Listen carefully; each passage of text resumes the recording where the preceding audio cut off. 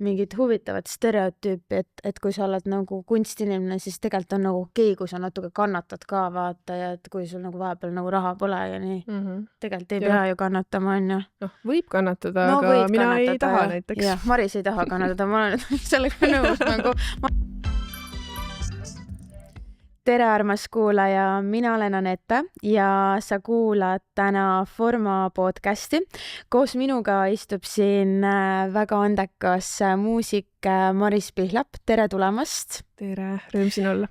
Rõõm, et sa tulid ja ma kõigepealt võib-olla laseks sul korra kuulajatele iseennast tutvustada.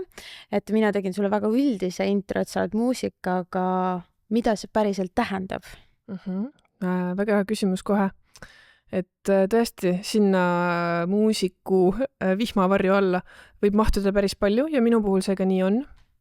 Et paljud võib-olla on kuulnud minust kui, et ma ei tea, Eigi Päki laulja või kust ma tegelikult alustasin, oli see, et peaaegu enamus oma elust siiani ma arvasin, et minust saab viiulimängija.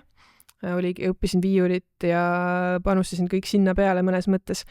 Aga tänasel päeval olen teinud veidi, võib-olla mitte isegi suunamuutusi, aga laiendanud kogu seda muusikamaailma enda jaoks. Nii et võib-olla tutvustaksin ennast kui muusikut, lauljat, aga ka produtsenti ja DJ-d. Nii et selline mitu rolli ühes maailmas. Mul on väga-väga hea meel, et sa olid nõus tulema. Esiteks, sest et ma olen tohutu fänn ja see on ka see, miks ma sind siia kutsusin. Ma arvan, et väga üksikud tunnid lähevad meil Formas niimoodi mööda, vähemalt minu tunnid, kus me mõnda sinu lugu ei kuulaks või selle nojal siin jalga ei tõstaks, nii et ma olen tõsine fänn ja ma tahan täpselt kõike teada, sest et ma ei tea tegelikult su tagataustast eriti midagi.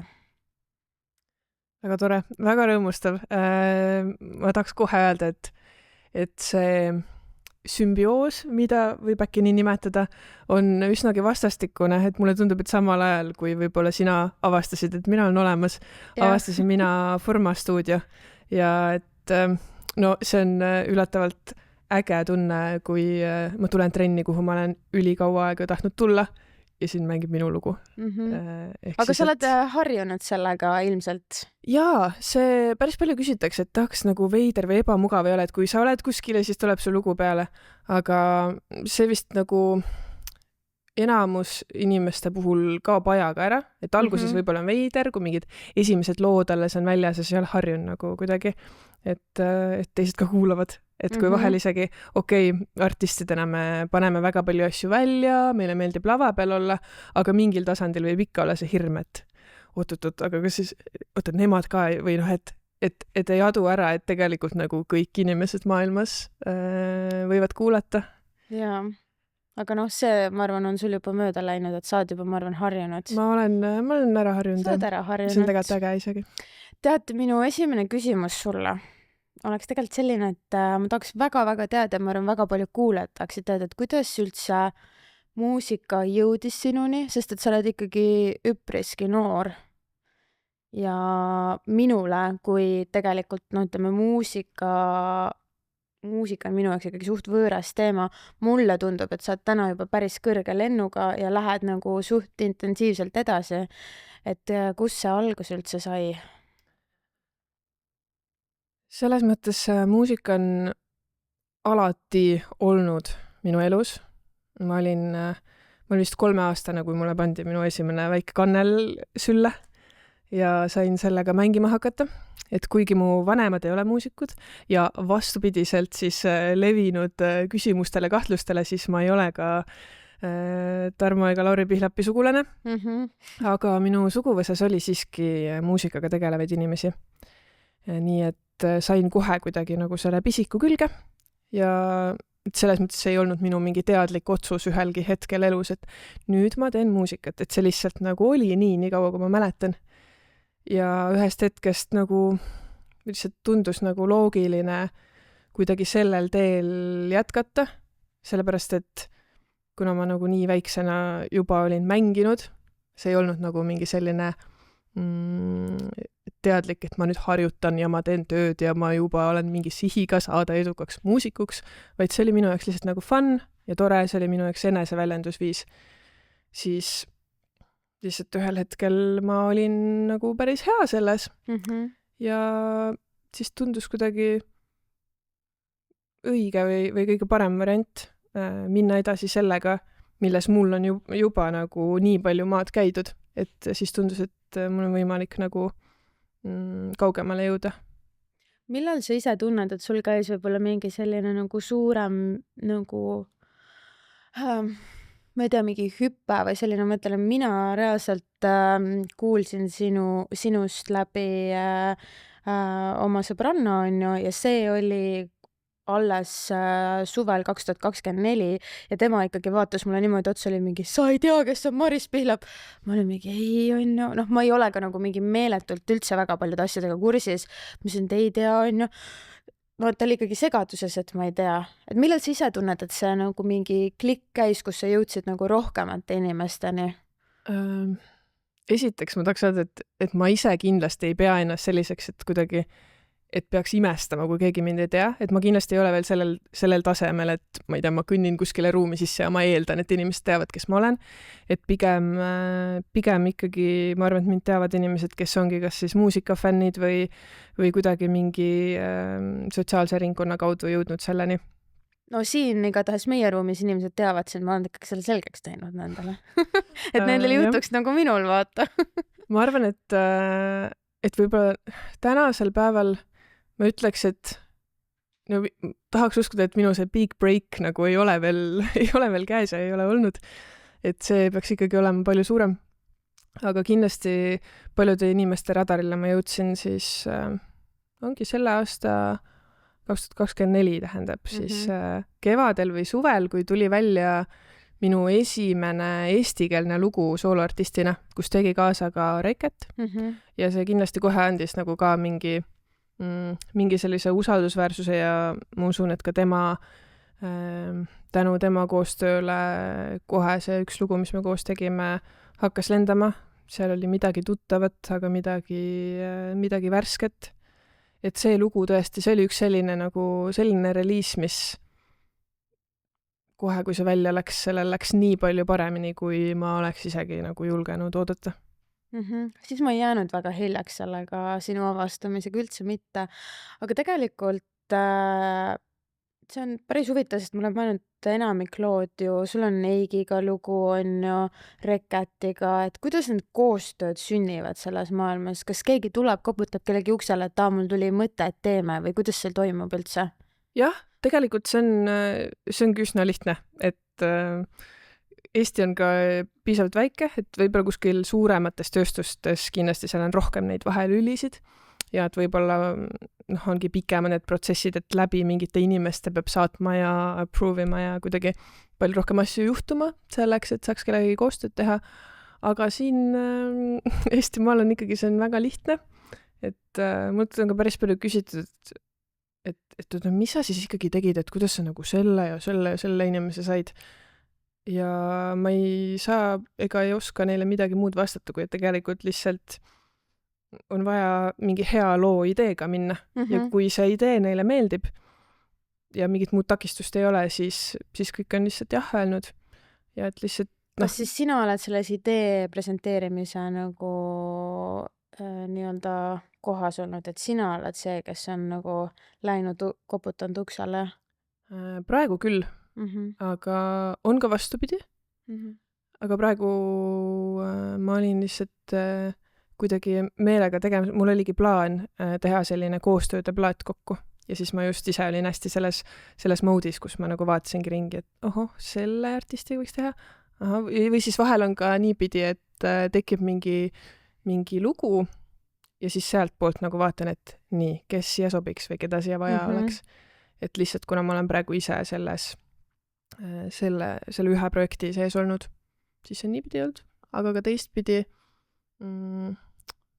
minu unistus ja eesmärk on, et minu sound võib-olla saaks nagu joonistuks iga järgmise looga veel selgemalt välja, et teistpidi ka artistid ja inimesed tuleksid selle peale, et ma tahaks ka nagu midagi sellist, ma tahaks seda Marise touch'i. Lahe. Räägi mulle, kus sa oma loomingut ammutad, kui nii võib öelda. Ma oletan, et nii võib öelda, sest kuskilt see peab sul tulema ju. Kindlasti on mingid tõusud ja mõõnad selles, on ju, aga mulle tundub, et sa oled ikkagi päris nagu ju intensiivselt lühikese perioodi jooksul andnud ikkagi päris palju lugusid välja tegelikult, võib nii öelda. No alati oleneb kellega võrrelda, on ju. No me ei võrdle kellegagi, me võtame siin arvesse minu väga väikseid teadmisi muusika telgitaguste kohta, kuidas see sünnib. Mulle tundub see, et sealt kogu aeg midagi tuleb nagu. No see on väga hea, see ongi eesmärk, et just, et kogu aeg midagi värsket tuleks peale. Üldiselt ma olen aru saanud, et selleks, et mingi looming tuleks, et kuidagi seda, mul ei ole vaja mingeid trikke või kuidagi nagu mingeid tehnikaid liiga palju kasutada, mis on ka osadel muusikutel, on ju, et nad kasutavadki mingeid meetodeid, kuidas kirjutada sõnu, kuidas mingeid meloodiaid leida. Et siis minul see nagu see tuleb, aga mis mina pean tegema või minu nagu nii-öelda panus on see, et ma pean esiteks tekitama selleks aja ja nagu looma selle ruumi nii ajalises kui ka füüsilises mõttes, et mul on mingi koht, kus ma olen inspireeritud, kus ma saan nii-öelda mängida lihtsalt. Et see loomise hetk on hästi selline hetk, kus mulle meeldibki mõelda natuke nii, et see on see, kus ma nagu täiskasvanuna nagu tänase endana panen kõik paika, hoolitsen selle eest, et mul oleks stuudioruum, kus on mõnus olla, kus keegi ei tule mind segama, panen endale kalendrisse aja ja siis, kui see aeg on käes seal kohas, siis ma nagu lasen selle sisemise lapse veits endas nagu mängima. Ja siis tema läheb lihtsalt ja teeb, mida iganes tahab. Ja sealt tulevad need ideed. Ja hiljem, kui need ideed saavad ükskõik mis kujul nagu reaalsuseks, siis pärast nende seast mingeid lahedamaid valida, see ei ole juba üldse keeruline.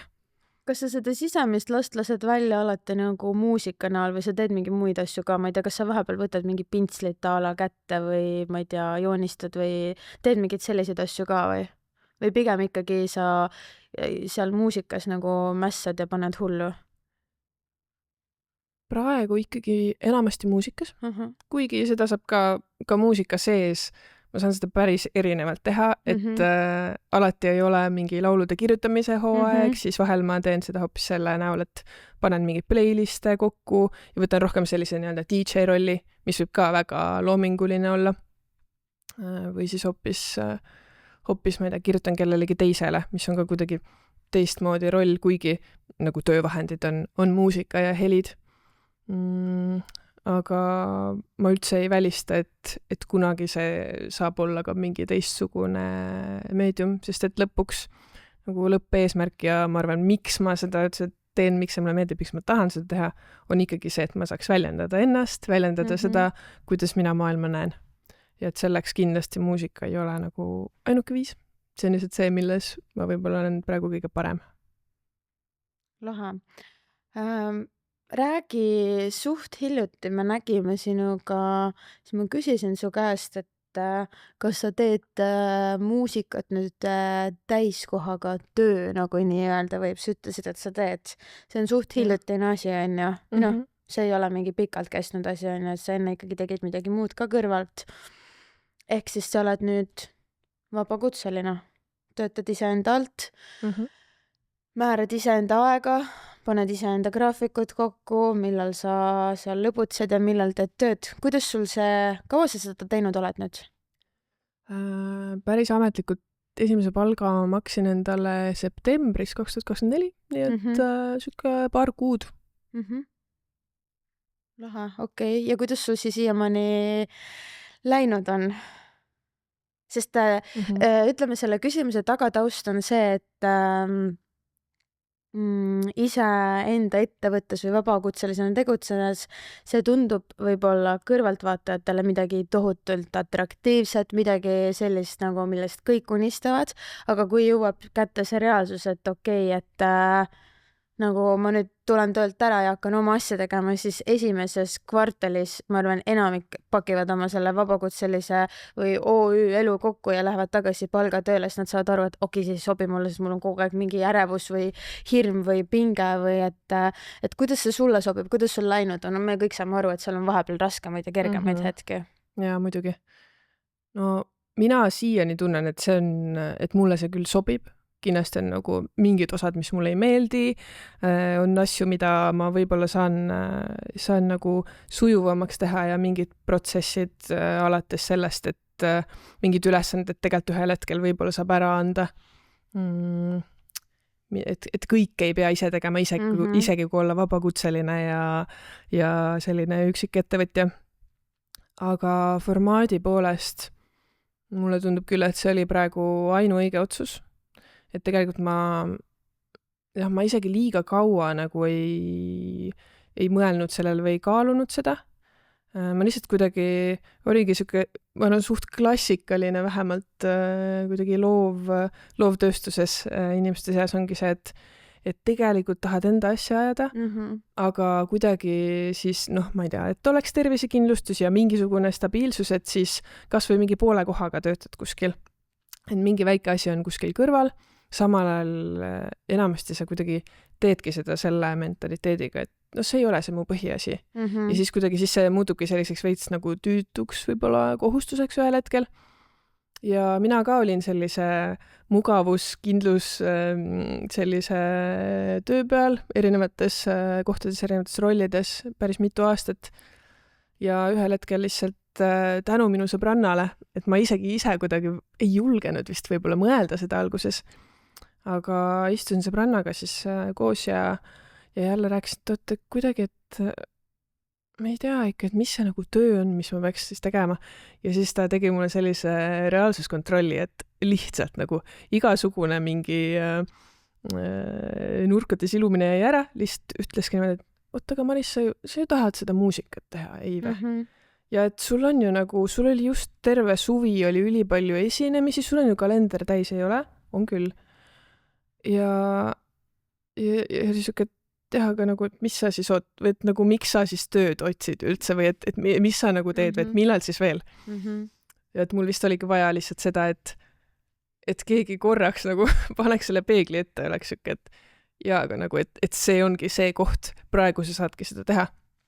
Ja mul on kindlasti ka väga vedanud, et see on võimalik, et eriti praegusel ajal, kus ikkagi väga paljudel on palju raskem leida esinemisi, saada tööd muusikuna, et siis ikkagi mul on võimalik seda teha ja et mul on ikkagi piisavalt hästi sellega. Nii et kokkuvõttes olen lihtsalt väga tänulik, minu jaoks on väga õige. Ma arvan, et paljude jaoks võib ka olla tihti küsimus mitte ainult selles, et kas see on sinu jaoks või ei ole, vaid võib-olla see ongi vahel ka lihtsalt ajastuse küsimus. Et iga hetk ei ole õige see switch nagu teha. Vahel meil on mingid kohustused kas enda või kellegi teise ees. Mõnes olukorras me ei saa endale lubada seda ebastabiilsust või seda ohtu, et võib-olla mul 3 kuu pärast saavadki kõik rahad otsa ja peab kõik ümber mõtlema. Aga et praegu mina lihtsalt olengi õnneks läbi suure õnne sellises ideaalses kohas, kus tegelikult ma võin võtta neid riske ja liiga palju ei ole nagu kaalul. Ma olen nõus sellega, et ma arvan, see ajastuse küsimus on nagu nii oluline, sest et mina olen ka, mõtlen, oma töö jooksul teinud mingeid samme liiga vara, kui ma pidin tegema. Täna need sammud on juba tehtud ja need toimivad, aga ma tegin neid liiga vara, sest ma ise tahtsin nagu seda kiirendada, seda protsessi, aga see ei läinud niimoodi. Ja kui ma teist korda tegin, siis ma ootasin selle hetke ära, kui ma tundsin, et nüüd see on tegelikult õige, sa tunned ära ja siis sa teed ära ja siis see läheb ka. Ja midagi hullu ei juhtu, aga muidugi ise peab usaldama ka seda momenti. Väga lahe, et sa niimoodi tunned, et on selliseid nagu sõpru kõrval, kes kaasa toetavad, see on mega lahe, teevad seda reaalsuskontrolli. Ma praegu sinu juttu kuulates meenutasin, et ma arvan, see oli mingi võib-olla rohkem kui aasta aega tagasi. ma tellisin endale vanasse stuudiosse takso, siis nagu väga tore taksojuht oli meesterahvas ja siis ta küsis mu käest, et mis teil siin on ju, et ma mitmes kord võtan teid peale. Ma ütlesin, mul on siin Pilatese stuudio, et ma olen treener. See taksojuht on nagu niimoodi, et mis see treener on nagu päris töö või? Ma olin mingi, et no jaa, mis sellega elab ära või?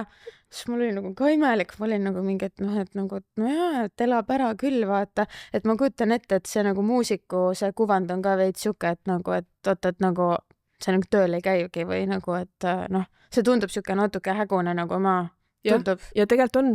Ja tegelikult mõnes mõttes see on ka aus küsimus. Et tegelikult ka mul endal oli hästi kaua see küsimus ja segadus, et eriti mulle tundub, et ka eestlastena meile liiga palju ei meeldi rahaasjadest rääkida ja siis isegi kui ma veel olin täitsa tudeng muusikat õppides, justkui nagu kindlal suunal saamaks professionaalseks muusikuks ja ma olin täiesti nagu segaduses selles mõttes, et mingi, et okei, mulle õpetatakse nagu mingit muusikateooriat, tehnoloogiat, kõiki asju ja kõik on nagu nii põhjalik, aga siis ma küsin, siis saan aru, et mul on ülisuur küsimärk selles kohas, et okei, aga kuidas ma päriselt endale nagu sellest töö teen. Ja et see ongi kuidagi tihti sellest nagu ei räägita, võib-olla meie alal on ka inimesi piisavalt vähe, et kuidagi ei teki, et ei ole mingeid standardeid, et selline lahendus või selline lahendus. Ja siis peabki nagu natuke lihtsalt usaldama, ise kuidagi selle tee endale tegema ja et kõigil see näeb ka veits erinev välja ja peab vist kuskilt otsast pihta hakkama ja siis loodetavasti jõuad välja sinna, kus sa näed, et ahah, tegelikult saabki ja tegelikult ongi töö. Ja toimub. Väga sarnane olukord on Kunstiakadeemias ka, kuna mina olen ise moodi õppinud, et sa nagu ka õpid nagu kõrgharidust, aga nagu 2 kuud oled õppinud ja saad aru, et oot, mingi töökohta nagu küll siit nüüd ei tule, vaata on, et mis jama sellega, eks ju on. Ja see on tegelikult tähelepanek võib-olla haridussüsteemile ka, et tegelikult selliste erialade kõrvalt peaks ka õpetama natukene võib-olla just enda müümist, mis on väga oluline.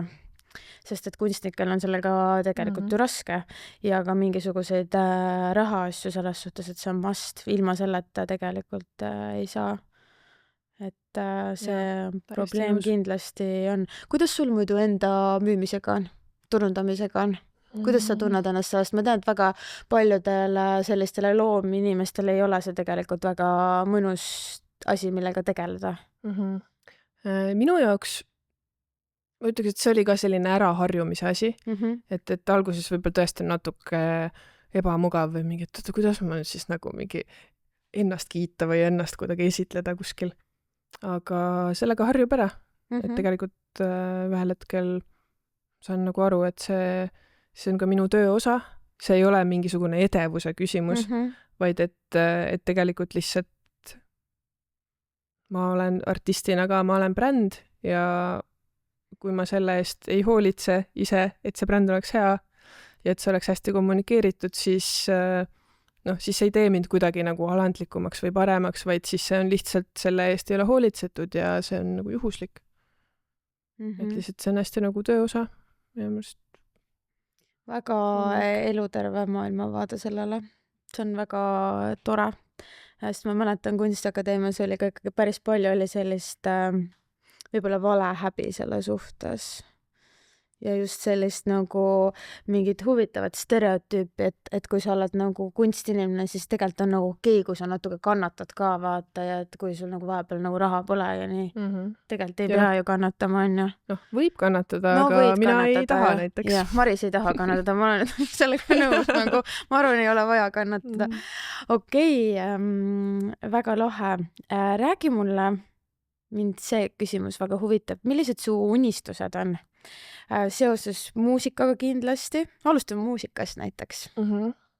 Alustame muusikast, väga hea. Ma alustaks kohe sellest, et mul ei ole kunagi olnud nagu liiga konkreetseid eesmärke muusikas kujul, et tahan mängida sellel ja sellel laval ja siis on hästi, siis on tehtud. et ma arvan, üks minu selline ainuke mõõdetav konkreetne ambitsioon oligi lapsest saati see, et ma tahan, et minust jääks järgi mingi välja antud muusika ja nagu selle pinge ma sain juba esimese plaadiga maha, et nüüd on lihtsalt sihuke loominguline kulgemine mõnes mõttes ja avastamine, et mis teed kaudu saab minna, mida saab veel teha ja mis sellest välja tuleb. Aga võib-olla ütleks nii, et praegu minu kõige suurem eesmärk ja unistus, mida ma näen enda jaoks, on see, et ma tegelikult tahangi teha kõike seda, mida ma juba teen, aga lihtsalt aina paremini, aina lahedamalt, suuremalt ja ka võib-olla sügavamalt, et minna just selle loomingulise poolega sinna poole, et ma oskaks ja julgeks ennast väljendada kõige ehtsamat. Väga ilus. Kas ma tohin küsida, et mille kallal sa praegu tööd teed? Praegu ma teen tööd päris palju. Praegu on selline hooaeg, kus tegelikult see on niisugune teada-tuntud muusiku elu tõsiasi, et veebruaris ei ole mitte ühtegi esinemist tavaliselt. Et siis on see aeg, kus kõik võivad julgelt puhkusele sõita või midagi ette võtta, nii et praegu on täiega stuudiotöö hooaeg. Ja on töös mõned lood. Veel ei taha öelda, mis sellest kokku tuleb, aga jätkan vägagi sellel samal suunal, mis nüüd eelmine aasta nende eestikeelsete koostöödega avatud sai. Et seal on midagi ja vaatame veel sinnapoole. See on väga lahe just, et see eesti keeles on, sest et ma ei saaks öelda, et ma kuulun nende inimeste hulka, kes nüüd nagu mingi vabal ajal kuuleb ülipalju eestikeelset muusikat. Et kui see raadios tuleb, siis ta tuleb, on ju, aga palju seda raadiot ikka kuulad, mina autoga ei sõida ka, on ju, et kui kuskil taksos on, siis on. Ja näiteks sinu lugusid ma reaalselt kuulan kodus ka, on ju. Ja see on väga lahe, sellepärast, et minu meelest oled selle nagu nende lugudega teinud eesti keele nagu, kuidas öelda, nagu atraktiivseks mulle kuulamiseks, mida ma ei saaks öelda kõikide eestikeelsete lugude kohta. See on väga suur kompliment minu nagu laulukirjutajale. Et see ju tegelikult eesmärk ongi. Hästi paljud ongi laulukirjutajad just siis on tihti kimpus sellega, et tahaks ju eesti keeles kirjutada, aga et inglise keeles kõik kõlab nii palju sujuvamalt ja nii palju seksikamalt. Aga ma arvan, et osalt ma usun, et see on sellepärast, et esiteks enamus muusikat, mida me kuulame, on ingliskeelne. Ja siis see tulebki juba, siis tulevad ideed selle põhjalt, mis me oleme kuulanud. Ja et eesti keel ongi ju teistmoodi üles ehitatud.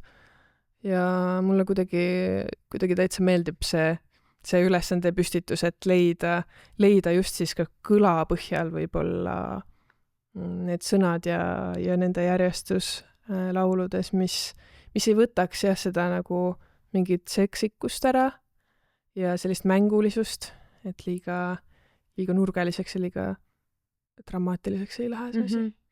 Sinu senistes lugudes on see ka juhul hästi säilinud. See minu jaoks kõlab seksikalt.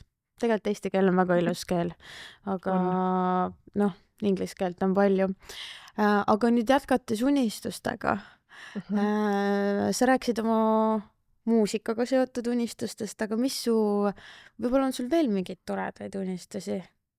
Eraeluga seotud unistusi, sest ma kujutan ette, et kui sa oled muusik, mis iganes tegelikult kunstivaldkonnaga seotud inimene, ma ei tea, OÜ-d, et sul on oma firma, sa oled nii oma selles asjas sees ja sinu need unistused ja kogu see nagu elu keerleb selle sinu loomingu, samamoodi Forma stuudio on minu looming ja see keerleb kogu selle ümber ja üks õhtu sa siis istud seal diivanil ja mõtled, et okei, on ju, kas mu elus on midagi veel, et kas mu elu ongi nüüd ainult nagu see või et kas sinu elu ongi ainult muusika või et kas sul mahub sinna mingeid muid asju ka, kas sul on mingeid muid unistusi ka? Nii oluline teema, ma olen väga palju mõelnud viimasel ajal sellele. Et tõesti nagu muusikas olles on päris suur oht, sellele, et ühel hetkel nagu hobid kaovad ära, sellepärast et muusika on kuidagi enamus inimeste jaoks ta on ikkagi vaba aja ja sellise nautimisega seotud formaat. Ja siis tihti nagu professionaalse muusikuna nagu unustad ära, et töö ajal ma teen muusikat ja vabal ajal ma ka siis teen muusikat, kuulan muusikat, mängin muusikat. Ja siis ühel hetkel vaatan otsa, et aga et kui keegi küsib, et mis su hobid on või millega sa vabal ajal tegeled, et siis mul nagu väga palju ei ole öelda või lisada. See on see tavainimese unistus, et nemad on kohe, aga su hobi ongi su töö, sul on fantastiline elu, mis on tõsi, aga sa võid sellest ära kaduda selles suhtes. Ja et selles mõttes see on täiega tõsi, et siis kui su hobi on su töö, siis see tööpäev kestabki 24 tundi tihti. Aga ma ütleks, et minu number 2 väga oluline teema minu jaoks on siis minu keha, just selles mõttes, et mulle meeldib, kui ma saan ka võimalikult palju aega panustada sellesse, et minu tervis oleks hea, et ma oleks heas vormis, mis siis võimaldab minul lõpuks ka tegelikult minu tööd paremini teha. Ja sellepärast jah, ma ütleks, et number 2 kõige olulisem tegevus ongi trenn, liikumine ja muidugi siis ka seal sinna juurde selle jälgimine, mida ma söön, mis mõtteid ma mõtlen, mida ma endale räägin, mida ma meediast tarbin, et see kõik kuidagi enda hoidmine, mis lõpuks jõuab ka sinna, nii et vahel mulle tundub, et ma tegelikult võiks julgelt isegi nagu trennis käimised, teraapias käimised, kõik asjad tegelikult lugeda ka töötundide hulka, sest et see on see asi, need on need tegevused, mis lõpuks muudavad selle loomingu kvaliteeti, sest et luues me tegelikult oleme lihtsalt inimesed või nagu siis vahet ei ole, et mis see formaat on. Et siis tegelikult see kõik nagu ehitab ühte tervikut ja tõesti, mul on nagu hästi oluline, et ma oleksin enda keha vastu ka lahke ja tegeleksin sellega. Siis sul on hobi olemas, Forma stuudios käimine on su hobi. Mega lahe. Kuule, ma mõtlesin praegu sellele, et sinu töö tähendab ikkagi, veebruar on vaikne kuu, on ju, aga su töö ikkagi päris palju tähendab ööelu. Et isegi kui sa nagu ei ole nagu osa sellest nagu võib-olla nii nagu inimesed sul seal puldi taga on ja teisel pool, siis see ikkagi nagu päris palju, kui sa mängid muusikat ju ja ka esinemised on päris hilja ju. Et kui sa just vaatad sellest aspektist, et sa ütled, et just see keha ja tervis on ülioluline, on ja kuidas see näiteks mõjutab sind? See on ülihea teema. Nii hea, et sa seal välja tõid. Et see on ka osa võib-olla mida ma saaks ka panna sinna unistuste alla, ongi siis see veits see sama küsimus, mis mul on olnud juba mõnda aega, et mingites aspektides tõesti see ööelu ja sellega kaasa käiv elustiil ja tervislik elustiil, nad ei taha nagu väga ühtida, et ongi need tunnid on hilised, tihti, kui kuidagi ise seda väga joonel ei hoia, siis ikkagi käib alkohol hästi palju kaasas igasuguste pidudel mängimistega ja kõik muud kuidagi ennast võib-olla mitte et kahjustavad, aga veidi nagu ennast unustavad tegevused. Ja tõesti, ma tegelikult, sellel ei ole sellist lihtsat ja glamuurset lahendust, et tegelikult minu jaoks see ongi veidi kompromiss. Kui ma pean nii hilistel tundidel vahel mängima ja kohati see on ka nagu vahelduseks on tore, aga sellepärast ma olen ka näiteks hästi tänulik, et ma olen juba saanud seda katsetada ja loodetavasti ka tulevikus näiteks ka formatrennides mängida hoopis trenni taustaks või mingid lihtsalt teised formaadid, mis mulle hullult meeldivad, mingid hommikupeod, võib-olla päevasel ajal hoopis teises kontekstis mingi muusika mängimine. Et üks siis unistus ongi leida ka lihtsalt aina rohkem neid viise ja neid kohti, kus võib ka seda praegu ööeluga kokku kuuluvat formaati tuua sellisesse konteksti, kus ta on võib-olla tervislikum ja veel nagu, kus on lihtsam ennast hoida. Sest et tegelikult tegelikult DJ-na ma ka nagu lõpuks, kui nagu veidi kaugemale mõelda, siis mängides, ma ei tea, ütleme öösel kell 2, siis tegelikult ma ei hoia ainult ennast kell 2 üleval, vaid et ma ju kutsun ka enda fänne siis öösel kell 2 seal tantsima. Ja sealt tekib see mingi vastutuse tunne või et tegelikult ma tahaks võib-olla mingil hetkel hoopis nagu rohkem seda sõnumit edastada, et kuulge, aga ärkame laupäeval kell 10 ja lähme trenni ja teeme seda koos muusikasaatel. Et leida viise, kuidas need asjad võiksid kokku klappida, see oleks väga lahe. No meil on siin koostöö neid formaate, võimalusi nii palju, et me saame muusika ja trenni, me juba oleme seda kokku toonud ja me toome seda edaspidi kindlasti ka, et sa oled esimene, kes on meil trenni taustaks mänginud ja sa oled ka ainukene, kes on mulle mõttesse tulnud, sest et see nõuab ikkagi väga mingit sellist nagu mingi sünergia peab seal olema, et see nagu kokku toimiks, sest et mõlemad ajavad nagu oma asja, et need 2 asja kokku tuleksid ka. Ja siiamaani on see ikkagi väga lahe olnud.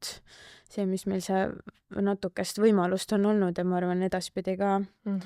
Aga ma arvan üleüldiselt, ma arvan see sinu unistus, et päevastel aegadel neid asju teha, see on täitumas, sest et noor põlvkond näitab, et kui ma siin oma tüdrukuidki vaatan 25 ja sellised, siis eks neile mulle tundub isegi trennis käimine on nendel ikkagi nagu oluliselt huvipakkuvam kui reede õhtul nagu pikalt väljas olemine, et see on mingi asi, mis on nagu väga suures muutuses. Jaa, väga hea tähelepanek, et tõesti ma ütleks, mulle väga meeldib see suund. Aga samas reede õhtul tegelikult öös on asju ja tegelikult õhtul on ka tore sind kuulata, et mitte ei tahaks seda, et seda üldse ei oleks. Jaa, muidugi. Aga ma kujutan ette, et selle balansi leidmine nagu võib olla siuke nagu sketši. Aga sa saad nii palju, su töös on nii palju lisaplusse, et see väike õhtuti mängimine, ma arvan, pole hullu. Ja siin tulebki mängu jälle see vabakutselise elu, kus tegelikult ma saan ju valida. Et mul keegi ütle ette, et nii, nüüd sa pead seal mängima. Mul on alati võimalus ju esitada omad tingimused või loobuda asjadest, mis mulle ei sobi. Nii et tegelikult kõik on võimalik. Võib-olla küsiks siia podcasti lõpetuseks, et kui nüüd on meil kuulajad sellel episoodil, kes mõtlevad, et et nagu see on nii inspireeriv, mis sa räägid ja just see, et sa ajad oma asja, sa oled vabakutseline, see kõik nagu toimib, on ju, et tahaks ka, et inimesel ongi mingi oma kindel asi, aga ta nagu kuidagi ei tee seda täies mahus, et mis sinu soovitus näiteks sellisele inimesele oleks, sest neid inimesi kindlasti on, kes ei julge seda sammu võtta, kardavad või võib-olla on risk tõesti liiga suur, aga väga tahaks tegelikult oma südames. See on hästi oluline küsimus, et paneb kohe mõtlema natukene. Tundub isegi vastutusrikas sellele vastata. Et esiteks võib-olla ühest küljest ongi hea või oluline meeles pidada, et alati ei olegi õige aeg ja et kõik ei pea kohe juhtuma, et ühest küljest olla kannatlik endaga, aga samas mitte ennast nagu ära petta, et tegelikult me oleme väga osavad iseendale valetamises ja iseenda ära rääkimises, et praegu ikkagi, et vabandusi leiab ju alati, et ei ole õige aeg ja ikkagi natuke nagu mingi majandus on ka ikkagi siuke nagu ta on ja et ma ei tea, et kunagi on ikkagi parem. Aga minu jaoks võib-olla isiklikult kõige suurem motivaator on see meeldetuletus, et kell kogu aeg tiksub. Ja mitte, ma loodan, et ma ei taha kellelgi stressi peale panna sellega, aga kui lihtsalt niimoodi rahulikult meeles pidada, et tegelikult aeg läheb kogu aeg edasi, ükskõik kas me teeme midagi või ei tee, et see aeg läheb niikuinii mööda. Kui sa oled kui ma olen 28, siis 2 aasta pärast ma niikuinii olen 30. Kas ma siis võtan selle julge sammu või ma ei võta? Ja sellele mõeldes minu arust nagu ei ole küsimustki, et nagu muidugi ma tahan võtta selle. Ja on väga palju asju, mida ei ole võimalik ette teada ja keegi ei saagi pakkuda seda kindlustust, ma ei saa kellelegi öelda, et näed, tehke niimoodi ja siis teid saadab edu, vaid et ülisuur osa ongi see lihtsalt esimene samm, teha see otsus, et ma nüüd lähen, ma teen ja siis, kui ma olen seal tee peal, siis selguvad mingid muud asjad ja siis vaatab edasi, sest et kõik ei ole võimalik ennustada. Ja isegi kui ma failin, siis vähemalt ma proovisin ja siis ma tean, mis seal oli.